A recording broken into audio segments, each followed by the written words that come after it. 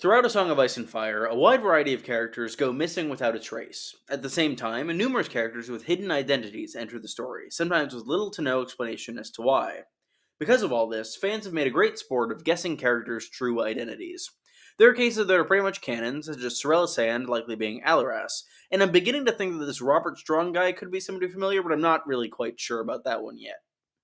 On the other hand, there are cases like Howland Reed being the High Sparrow, or Dario equals Euron. Today, we'll be taking a look at one of the characters who's been examined the most in this context, and assessing the likelihood of each potential identity that they may have. Today, we identify Coldhands. This mysterious, hooded figure first enters the story during the third and most popular book in the series, A Storm of Swords. After fleeing the Fist of the First Men and the mutiny at Craster's Keep, Samuel Tarly and Gilly are attacked by Whites as they're passing through the village of White Tree. The pair seem doomed until an individual rides out from the woods, fighting off the undead with a flock of ravens at his back and allowing Gilly and Sam to flee unharmed. This figure addresses Sam as brother and begins escorting them southwards towards the wall. It's at the Night Fort where our perspective on Coldhands shifts. We learn that he cannot pass through the wall, its magic acting as a barrier to him for some unknown reason. He asks Samwell for one final favor in exchange for having saved the Night Watchman's life. This figure is supernaturally aware of the boy who is about to journey north through the wall, and swears Sam to secrecy regarding his whereabouts, as this boy is believed dead by the world of the living. Sam and Gilly pass through the Black Gate, where they encounter Bran Stark and his traveling companions. Gilly tells Bran that this strange person does not have a name, but Samwell is taken to calling him Coldhands for fairly self-explanatory reasons. These two groups soon part ways, with Sam and Gilly heading for Castle Black, while Bran seeks his magical potential in the far north. Coldhands guides the latter group through unknown territory and into treacherous terrain. It's during Bran's chapters in A Dance with Dragons where we get a bit more insight into who this Coldhands is as a character. He acts as a protector, and above all, he seems to serve the Three-Eyed Crow and aims to bring Bran into the cave in the far north. We know that he's willing to use any means necessary to do so, as Bran, via warging into summer, observes him killing 5 brothers of the Night's Watch. This is pretty significant, as Coldhands is implied to be a member of the Watch himself, as he calls Sam brother, dresses in all black, and serves the man who was once the Lord Commander of this ancient organization. The main insight we gain from these Bran chapters is that of Coldhands' true nature. He seems to be at least partially undead. Mira notes that he doesn't eat, doesn't sleep, and doesn't feel the cold. The direwolf Summer doesn't like him, as he smells of dried blood, rot, and above all, cold. This goes hand in hand with the seemingly magical elements surrounding this figure. He seems to have some form of control over the aforementioned flock of ravens, as well as the great elk that he rides. What's more, Coldhands speaks the true tongue, the long-forgotten language of the children of the forest that it is said that no human man is able to speak. It's through the children of the forest that we get a bit of information regarding Coldhands' death. Once Bran reaches the cave, one of the children states that, quote-unquote, they, being the White Walkers, killed Coldhands long ago. This fact seems to protect him from the undead, as he's unable to stay outside of the cave without being slain by the Whites that were in pursuit of their group. Additionally, long ago is a very significant term here. All of these little details paint a fascinating picture. Coldhands is someone who died north of the wall but was reanimated. He was killed long ago by the others, yet he is not under their control. He seems to be under the control of Bloodraven, or under the control of the Children of the Forest. He was also likely a Night's Watchman, and has some form of supernatural control over his animals. With this set of circumstances in mind, let's examine the individuals who Coldhands might have been prior to his death. And hey, if you enjoy this, be sure to leave a like and subscribe. It really helps support the channel, and I really appreciate it. And comment which of these theories you personally think is the most likely. The first candidate, and the one who seems the most obvious, is Benjen Stark. Benjen's defining role in the story is that he was lost in the far north, and likely killed. Given the fact that the prologue of the first book begins with 3 rangers being slain by White Walkers, many believe that Benjen might have met the same fate. However, rather than being killed outright, perhaps Bloodraven intervened, knowing the role that Benjen could play in the journey of his nephew, Bran. Another detail is that the role of Coldhands in the television show is served by the semi-undead Benjen Stark, though that we know that the show often varies wildly from the source material, and oftentimes for the worse, so I don't count that as a point of evidence in favor of this theory. There are 2 primary pieces of evidence against Benjen being Coldhands, one within the text and one outside of it. Firstly, as mentioned above, Leaf states that the others killed Coldhands long ago. We know that the Children of the Forest are exceptionally long-lived, and given that, the 2 years for which Benjen has been missing doesn't seem to qualify as long ago. The other detail comes from George R. Martin himself. Martin's writing process is an extensive one, and it results in a wide variety of drafts, outlines, and other unpublished materials. That material is then sent to his editor, who will return it to the author with questions and corrections.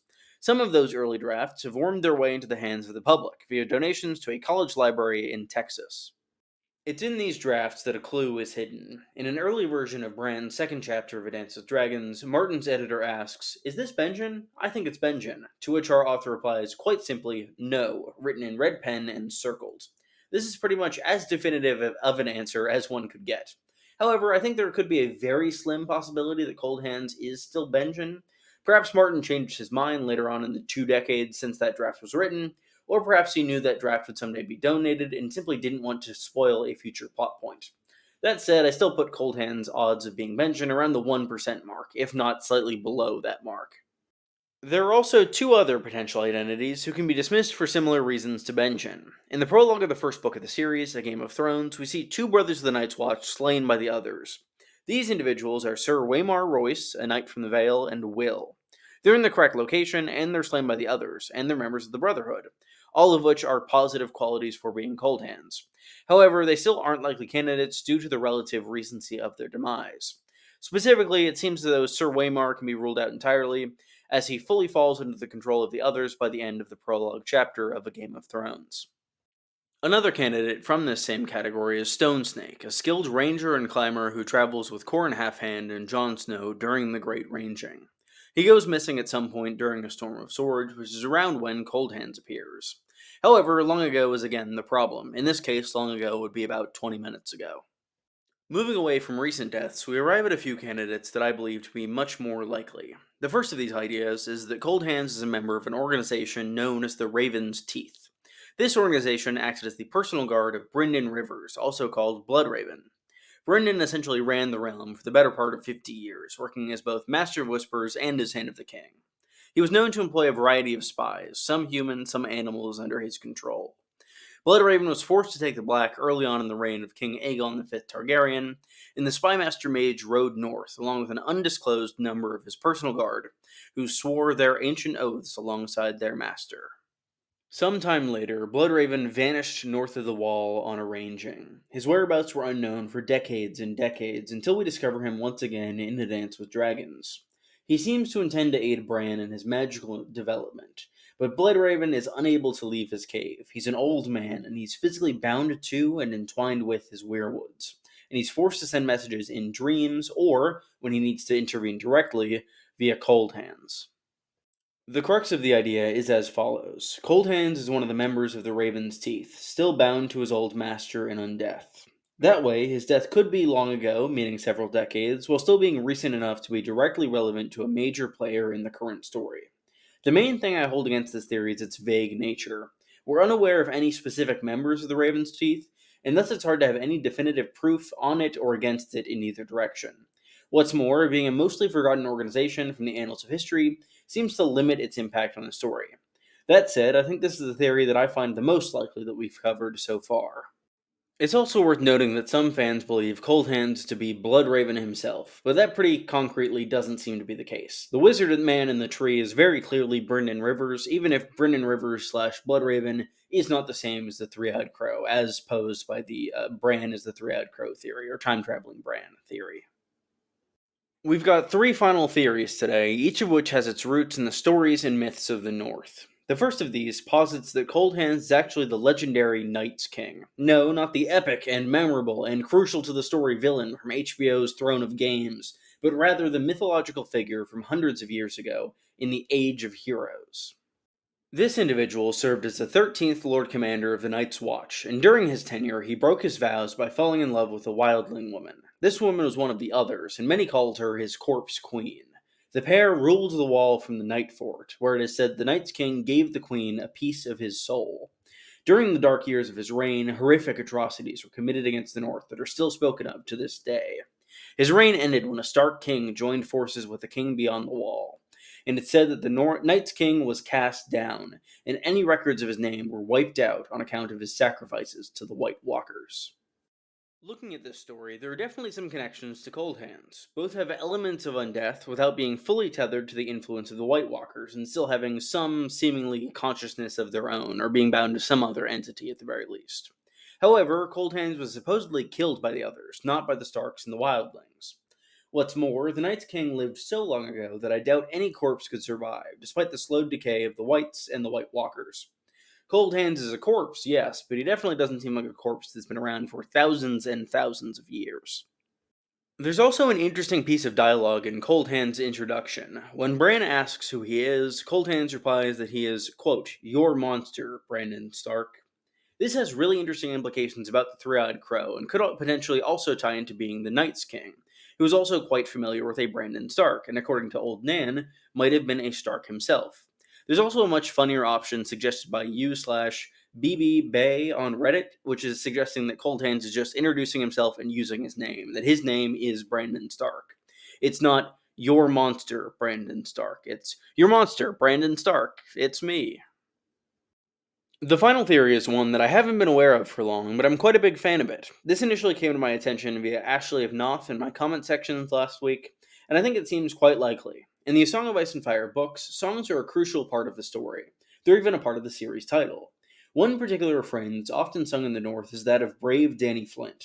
Brave Danny Flint tells the story of a woman who secretly joins the Night's Watch as a man, but who was killed at the Night Fort when this secret was uncovered. So think Mulan, but if Mulan went a lot worse. This figure from a sad song checks a surprising number of boxes to potentially be Coldhands. They're associated with the Night's Watch, yet they cannot open the Black Gate. Only a brother of the Night's Watch can do it, and Coldhands cannot, despite wearing a Night's Watch cloak and calling Sam brother. Despite being a part of the Watch, Danny isn't a brother of the Night's Watch. Think I Am No Man from Lord of the Rings. This song is also only referenced in A Storm of Swords and A Dance with Dragons, which happen to be the only books in which Coldhands appears. Being from a song also poses less of an issue timeline-wise when compared to The Night's King. It would mean that it is long ago, but not thousands and thousands of years ago, as, for example, we know of songs in the story that are from the era of The Dance of the Dragons or the Blackfire Rebellions, being conflicts that were quote-unquote long ago, but hundreds of years ago or decades ago, as opposed to a very long time with The Night's King. Perhaps brave Denny Flint, aka Coldhands, will take up Dark Sister, wielding it in defense of Brandon Stark as the only sister of the Night's Watch. All of this ignores the blatant fact that it's been staring us all in the face this entire video. He calls Samwell brother. It's Dickon Tarley, people. Coldhands' role in the future of the story is also very much up in the air at present. He can't enter Bloodraven's cave, so he can't really be privy to what's going on there, and I think that the show, as bad as it was, might have his overall later role in the story correct, insofar as he will probably save someone who is lost beyond the wall and seemingly going to die at the hands of the White Walkers, or the others, or the Whites, and he'll probably swoop in at the last second to save them, but hopefully it'll be a better moment than him just kind of riding in and then giving Jon his horse and riding away for seemingly no reason. Thank you all for watching this video. It's been fun making it, and I really like going through all these theories like this and assessing each one and figuring out which one I like the most. I do very much think this Brave Danny Flint theory is the most likely, though if it's not that, I think he's probably a member of the Raven's Teeth. If you enjoyed this video, be sure to leave a like and subscribe. I really appreciate it, and it does really help me grow the channel. And yeah, any support is good, and I'd love to hear your opinions on all of these different candidates in the comments below. I will be back with more videos in the near future. I'll have another one next week. I'm kind of mixing it up with my release schedule a little more. It's not just going to be strictly Sundays anymore. It's going to be whenever videos are done and I can get them out to you guys, because I'm getting a bit busier and I'm trying to still keep things fresh and mix things up. So yeah, thank you again for your support and watching, and I will see you all in the near future. Goodbye!